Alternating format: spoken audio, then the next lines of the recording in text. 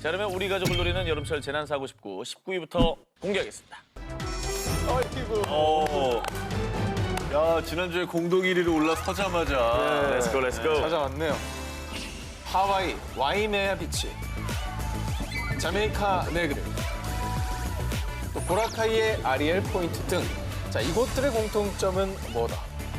모두 깎아나온 듯한 절벽으로 다이빙 매니아들의 성지라는 겁니다. 어우, 와. 어머머. 자, 저렇게 동시에 뛰는 건 정말 위험한 것 같아. 네. 밑에 바위 있잖아. 와. 그런데 말입니다. 이 다이빙의 짜릿함에 앞뒤 가리지 않고 뛰어든다면 큰일을 겪을 수가 있는데요. 약 50m 높이의 가파른 절벽 위에 아슬아슬하게 앉아있는 러시아인 남자. Не прыгайте, не прыгайте! 자, 주변에서 안 돼, 위험해 이런 만류에도 그는 아랑곳하지 않고 바닷속에 풍덩 몸을 던졌어. 아, 설마. 자, 근데 몸이 축 늘어진 채 물 위로 떠오른 그. Лена побежала! 안타깝게도 이틀 뒤 결국 사망한 것으로 전해졌다. 자, 그의 사인은 무엇이었을까요? 자, 이 남자가 추락한 높이는 50m 절벽. 자, 그런데 시속 122km라는 엄청난 속도로 수면에 부딪힌 겁니다. 자, 물이라서 괜찮지 않을까 싶으시겠지만요. 다이빙에서 가장 중요한 건 바로 입수 자세입니다. 맞아. 아무리 물이라고 해도 예를 들어서 25m 절벽에서 잘못된 자세로 물에 떨어지는 건 무려 13m 높이, 아파트 5층 높이에서 떨어지는 충격과 같다고 합니다. 따라서 몸과 물이 마찰할 때 자세가 잘못되어 있으면 골절은 물론 척추뼈가 부러져 하반신 마비, 심지어는 사망에까지 이를 수가 있다는 거죠. 그렇죠. 또 게다가 뭐 물 아래에 있는 바위에 부딪힐 가능성이 되게 위험하고요. 네. 자, 그렇다면 어떻게 안전하게 다이빙을 즐길 수 있을까요? 자, 꼭 기억해야 할 순서가 있습니다. 자, 일단 준비 운동은 당연히 필수겠고요. 바로 손, 머리, 가슴, 다리. 그러니까 다이빙할 때 이 순서대로 입수를 해야, 뛰어내려야 가장 안전하다고 합니다. 또 비전문가의 경우에는 20m 이상의 높이에는 아무리 그런 자세를 취하더라도 위험하니까 해서는 안 된다고 합니다. 무모한 도전이라는 건 말 그대로 무모하다는 거 꼭 기억해 두시기 바랍니다. 자, 우리 가족을 노리는 여름철 재난사고 18위 공개합니다. 침묵 속의 죽음, 침대 위의 익사. 2017년 6월 텍사스의 한 워터파크를 찾은 프란치스코 가족. 오랜만에 물장구도 치고 잠수도 하면서 즐거운 시간을 보냈습니다. 자, 그런데 그날 저녁부터 4살짜리 아들 프란치스코 3세가 아빠 저 너무 졸려요. 배가 너무 아파요. 이렇게 유난히 피곤해하더니 갑자기 음식물을 개워내고 설사까지 했는데요. 왜? 자, 그래서 엄마는 혹시 물놀이 때 먹은 햄버거 때문인가라는 생각으로 급히 약을 먹이고 아이를 간호했고요. 그 덕분인지 아이는 다행히도 서서히 기력을 회복했다고 합니다. 그럼 그때 내가 병원에만 데려갔더라면. 왜? 아니, 기력을 회복했다고 그러는데 뭔 일이 났어요? 자, 아들 프란치스코 3세가 그만 침대 위에서 사망. 왜? 소년의 사인은 놀랍게도 익사, 마른 익사였습니다. 처음 들어봤네, 이거. 자, 보통 수영하다가 종종 갑작스럽게 물을 먹게 되는 경우가 있잖아요. 근데 마른 익사는 잘못 삼킨 물의 일부가 폐 속에 흘러 들어가면요. 뒤늦게라도 폐에 자극을 일으켜 사망에 이르게 할 수 있는 겁니다. 근데 저런 게 실제로 맞나요? 2005년 미국 질병통제센터에 따르면 매년 약 3에서 4천 명 정도가 익사로 사망하고요. 어머나. 이 중에서 무려 13%에 이르는 500여 명이 마른 익사로 사망한다고 발표했는데요. 꽤 많네. 그러니까 꽤 높은 수치죠. 자, 그럼 어떻게 확인할 수 있을까요? 그 정확한 증상을 알면 저희가 마른 익사를 확인할 수 있을 텐데. 네, 마른 익사를 방지하기 위해서 꼭 기억해야 될 것. 자, 물놀이를 마친 뒤 가슴 통증, 기침, 구토감, 그리고 숨이 가빠지면서 거품을 토하는 등의 징후가 보이면 즉시 병원을 찾으시고요. 특히나 어린아이들, 유아, 7살 이하의 아이들은 후드를 포함한 호흡기가 완전히 발달하지 않았기 때문에 이 마른 익사에 대한 더 각별한 주의가 필요합니다.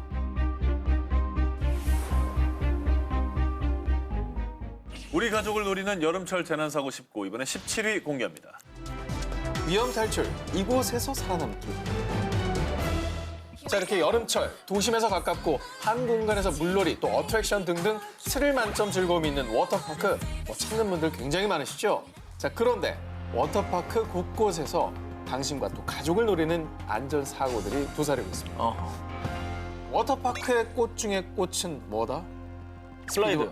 그렇습니다. 스피드와 스릴감을 동시에 즐길 수 있는 워터 슬라이드입니다. 자, 하지만 빠른 속도만큼 부상의 위험도 굉장히 높죠.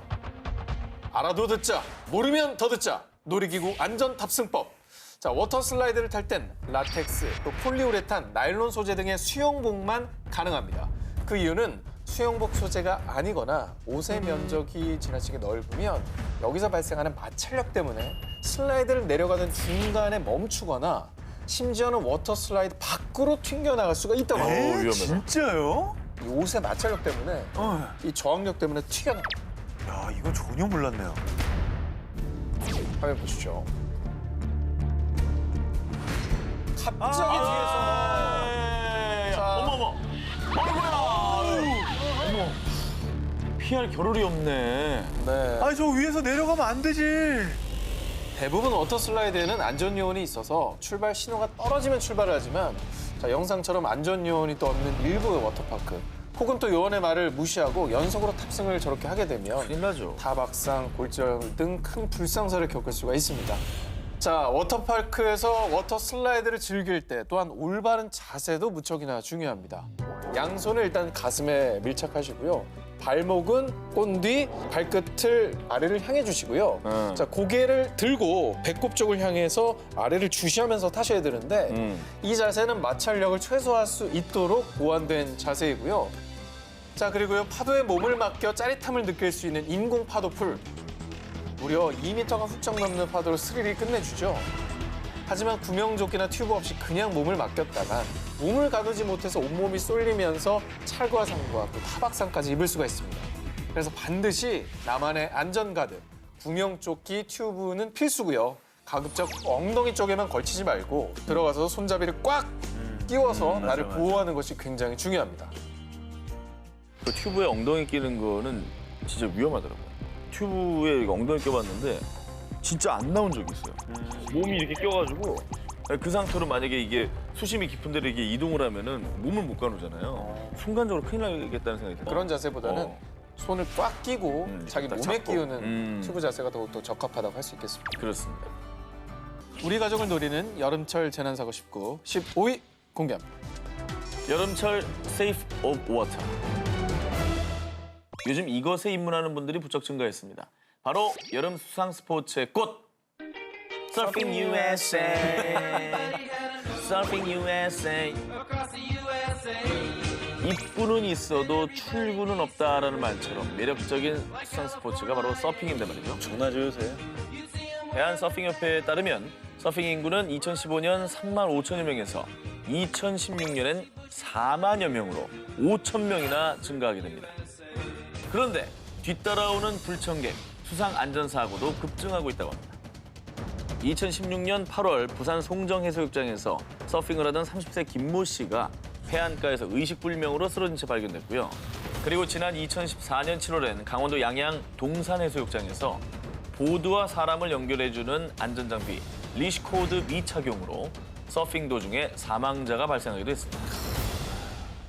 서핑이 참 재미는 있지만 정말 안전에 유의해서 타야 되는 그런 종목인 거는 확실한 것 같아요. 만만한 스포츠가 아닙니다. 네. 아니, 그 서핑을 즐기시는 분들이 점점 늘어나고 있으니까 네네. 사실 이건 좀 미리 알아야 될 것 같은데 예방할 수 있는 방법 없습니까? 잘 들으셔야 됩니다. 특히 서프보드와 발목을 연결하는 리시코드 있잖아요. 네네네. 서핑의 생명줄로 불리는 이 안전장비.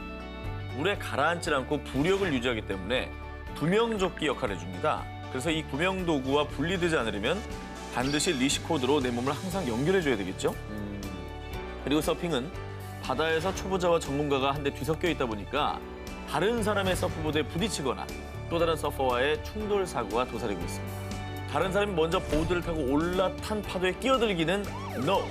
이게 바로 서핑 에티켓. 근데 서핑 타는 사람들 보면 꼭 파도가 큰 날 일부러 더 나가잖아요. 맞아. 그게 되게 짜릿하고 재밌다고 하는데 그래도 그게 정말 위험하니까 좀 잘 보시면서 하셔야 될 것 같아요. 네.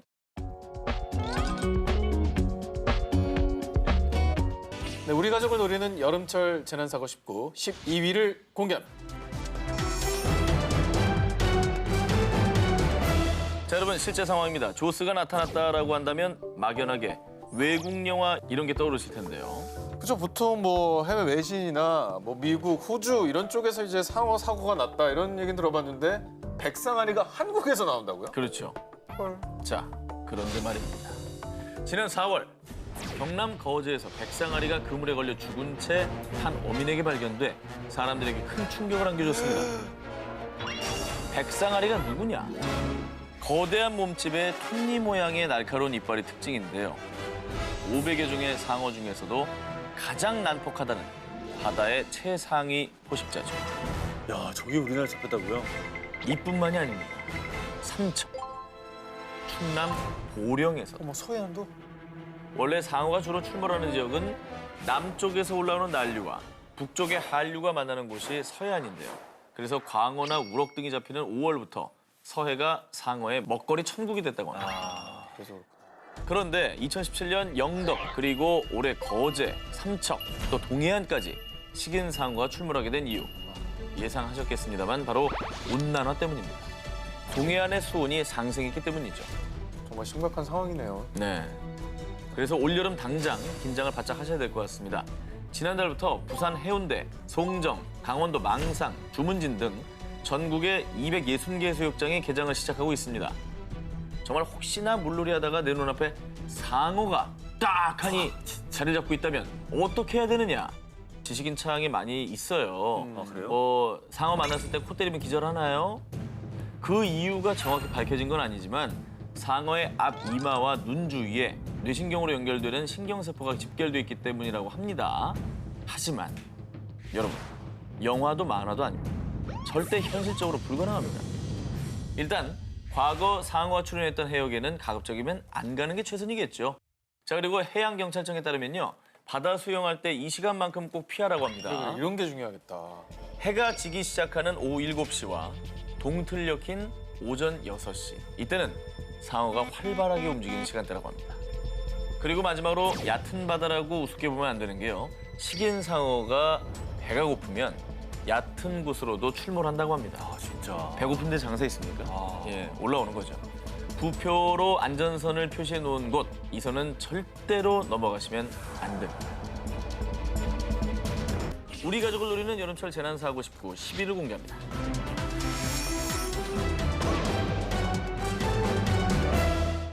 방파제의 목적은 거센 파도나 해일의 피해를 줄이기 위해 만들어진 거죠.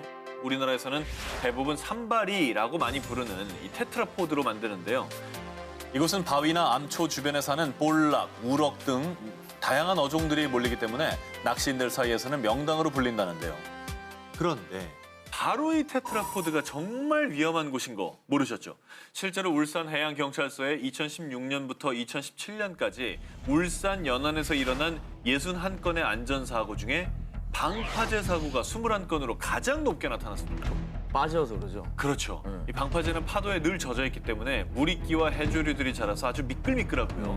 게다가 우리나라의 테트라포드는 사이사이 공간이 넓기 때문에 혹여라도 발을 헛디딜 경우에는 곧바로 추락. 맞아. 또 단단하고 높은 콘크리트이기 때문에 중상을 입을 확률도 높습니다. 그리고 여기서 살려달라고 소리를 질러도 쉼 없이 치는 파도 소리 때문에 구조 요청 인식이 매우 어렵습니다. 그래서 한 번 들어가면 빠져나오기 힘들다고 해서 바다의 블랙홀로도 불리는데요. 여러분 무서우시죠? 네. 그래서 준비한 대안, 반드시 2명 이상이 함께, 그리고 구명조끼나 미끄럼 방지용 신발 등 이 개인 안전 장비를 꼭 챙겨가시기 바랍니다. 자, 우리 가족을 노리는 여름철 재난사고 19, 이번에 6입니다. 파도의 역습, 모모모 주의보. 피서지의 메카, 부산 해운대. 정말 그 넓은 해운대를 피서객들이 가득 메우지 않습니까? 그런데 말입니다. 휴가의 단꿈을 모두 휩쓴 일이 있었죠. 지난 2017년 7월 31일 해안가에서 물놀이를 즐기던 70여 명의 관광객이 순식간에 사라져버린 건데요. 피서객들이 눈 깜짝할 새 사라진 이유, 바로 이안류. 이한류. 이안류입니다. 하지만 이때는 정말 다행히 20여 분 만에 모두 구조되긴 했습니다. 다행이네요. 하지만 지난 2007년엔 이안류로 인해 해운대에서 사망자가 발생. 또 2010년엔 충남 대천 해수욕장에서도 2명이 목숨을 잃기도 했는데 대비할 수도 없고 이거 어떻게 해야 돼요? 정말 이 파도의 역습이라고밖에 할 수 없는 이안류는 순식간에 200m 이상의 깊은 바다로 끌고 갑니다. 아무리 수영을 잘하는 사람들조차도 이 이안류를 만나면 쉽게 빠져나올 수가 없다고 합니다. 근데 이안류가 왜 발생하는 건지 좀 알아볼까요? 주로 해변으로 몰려온 파도가 고르게 바다 쪽으로 빠져나가지 않고 협곡이나 암초 같은 해저 지형 때문에 어느 한쪽으로 집중돼서 빠져나갈 때 발생하는 건데요. 우리나라의 경우에는 부산 해운대나 제주 중문, 강릉 경포, 보령 대천 등의 해수욕장에서 자주 발생한다고 합니다. 뭐 이안류에 대한 대처 방법 있을까요? 그렇죠. 안 만나면 좋지만 만났을 때 일단 이안류에 휩쓸려서 깊은 바다로 떠내려갔다. 그러면 절대 무리해서 육지로 나오지 마시고요. 그냥 최대한 힘을 빼고 물에 둥둥 떠 있으면 됩니다. 만약에 튜브 속이었다면 꽉 잡고 구조를 기다리는 게 정답이고요. 그런데 구조가 늦어져서 헤엄을 쳐서 나와야 할 상황이다. 그러면 육지와 45도의 비스듬한 방향으로 수영해야 쉽게 빠져나올 수가 있다고 합니다. 그리고 해양수산부 국립해양조사원이 2011년 해운대를 시작으로 실시간 이안류 감시 서비스를 운영하고 있습니다. 이안류 위험 지수가 주의 단계일 때는 물놀이를 피하는 게 좋습니다.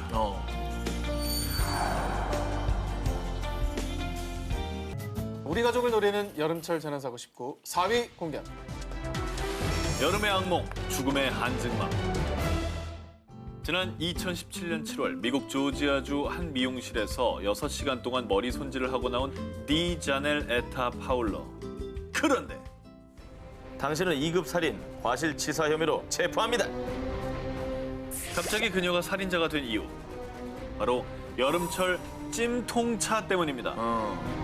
디자넬 에타 파울러는 당시 차량 뒷좌석에 딸을 두고 엄마 머리만 잠깐 하고 올게요 하고 들어가야지. 갔는데요. 데리고 들어가야죠. 하지만 그녀의 딸은 차 안에서 더위에 의식을 잃고 결국 사망까지. 미국 보건당국에 따르면요. 미국에서만 매년 차량에 갇혀 숨지는 아이들이 평균 37명. 물론 우리나라도 예외일 수 없습니다. 지난 2016년 광주에선 통학버스 안에서 8시간 동안 방치된 4살 어린이가 의식불명 상태에 빠진 사고가 있었고요. 2011년 경남 함양에선 5살 아이가 차 안에서 질식사한 사건이 있었습니다. 안타깝다. 이만하면 정말 여름철 차 안은 지옥의 한증막 그 자체인 거죠. 한국교통안전공단에 따르면요. 한여름엔 4시간만 주차해도 차의 내부 온도가 무려 70도까지 상승한다고 합니다. 그런데 특히 어린아이들은 체온 변화 속도가 성인보다 3배에서 5배 정도 더 빠르기 때문에 더욱 위험할 수밖에 없는 거죠. 하지만 대부분 아유 뭐 잠깐인데 괜찮겠지 아니면 믿기 어렵지만 뒷좌석에 자녀가 있다는 사실을 깜빡 잊고 의도치 않게 방치하는 경우까지 있다는데요. 자 여러분 우리 이 사고 막을 수 있습니다. 꼭 막을 수 있습니다. 미국 유력시 소비자 잡지에서 발표한 예방법에 따르면요. 휴대전화 또는 지갑, 가방 이런 거를 아이가 있는 뒷좌석에 같이 두는 겁니다. 물론 흔한 건 아닙니다. 애가 차에 있는 걸 까먹는 경우가 얼마나 많겠어요. 흔한 건 순간적으로, 아니지만, 네. 순간적으로. 그런 사람들을 위해서 이런 방법을 강구를 하는 겁니다.